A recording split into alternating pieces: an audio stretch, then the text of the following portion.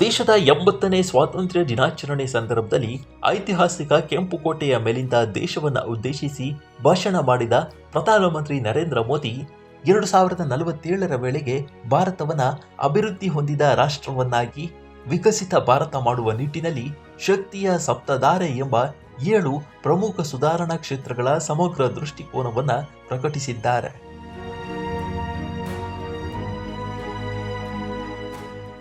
ಜಾಗತಿಕ ಮಟ್ಟದಲ್ಲಿ ಭಾರತದ ಆರ್ಥಿಕ, ತಾಂತ್ರಿಕ ಮತ್ತು ಸಾಂಸ್ಕೃತಿಕ ಸಾಮರ್ಥ್ಯವನ್ನ ಹೊಸ ಎತ್ತರಕ್ಕೆ ಕೊಂಡೊಯ್ಯಲು ಪ್ರಧಾನಿ ಮೋದಿ 7 ಮುಖ್ಯ ಅಂಶಗಳ ಶಕ್ತಿಯ ಸಪ್ತಧಾರೆ ಎಂಬ ಮಿಷನ್ ಬಗ್ಗೆ ಹೇಳಿದ್ದಾರೆ. ಮೊದಲನೆಯದಾಗಿ ಉತ್ಪಾದನಾ ಕ್ಷೇತ್ರ. ಗುಣಮಟ್ಟ ನಿಗದಿಪಡಿಸಿದ ವೆಚ್ಚ ಮತ್ತು ಬೃಹತ್ ಪ್ರಮಾಣದ ಉತ್ಪಾದನೆ ಮೂಲಕ ಭಾರತೀಯ ಉತ್ಪನ್ನಗಳು ಜಾಗತಿಕ ಸ್ಪರ್ಧೆಯಲ್ಲಿ ಮುಂಚೂಣಿಯಲ್ಲಿರಬೇಕು. ಭಾರತವನ್ನ ಜಾಗತಿಕ ಸರಬರಾಜು ಜಾಲದ ಪ್ರಮುಖ ಕೇಂದ್ರವನ್ನಾಗಿ ಮಾಡುವುದು ಇದರ ಗುರಿ ಅಂತ ಹೇಳಿದ್ದಾರೆ.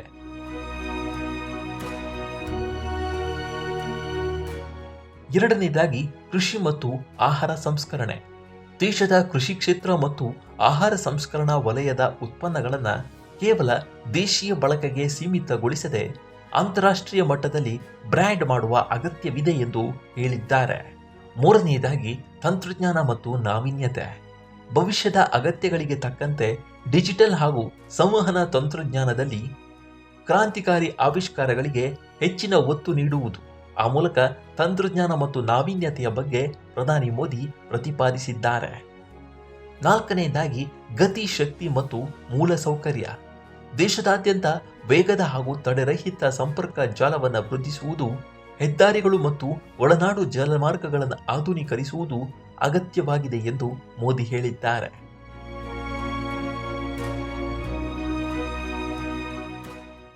ಐದನೆಯದಾಗಿ ರಕ್ಷಣಾ ಶಕ್ತಿ.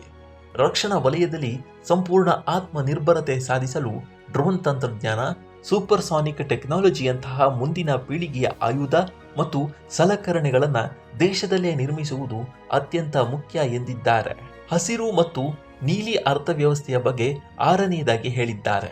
ಭಾರತವು ಪರಿಸರ ಸ್ನೇಹಿ ಇಂಧನ ಮತ್ತು ಸಮುದ್ರ ಮೂಲಸೌಕರ್ಯ, ಸಾಗರ ಸಂಪನ್ಮೂಲಗಳ ಬೃಹತ್ ಸಾಧ್ಯತೆಗಳನ್ನು ಹೊಂದಿದ್ದು ಅವುಗಳನ್ನು ಪರಿಣಾಮಕಾರಿಯಾಗಿ ಬಳಸಿಕೊಳ್ಳುವುದರಿಂದ ದೇಶದ ಶಕ್ತಿ ಮತ್ತಷ್ಟು ಹೆಚ್ಚಲಿದೆ ಎಂದು ಪ್ರತಿಪಾದಿಸಿದ್ದಾರೆ.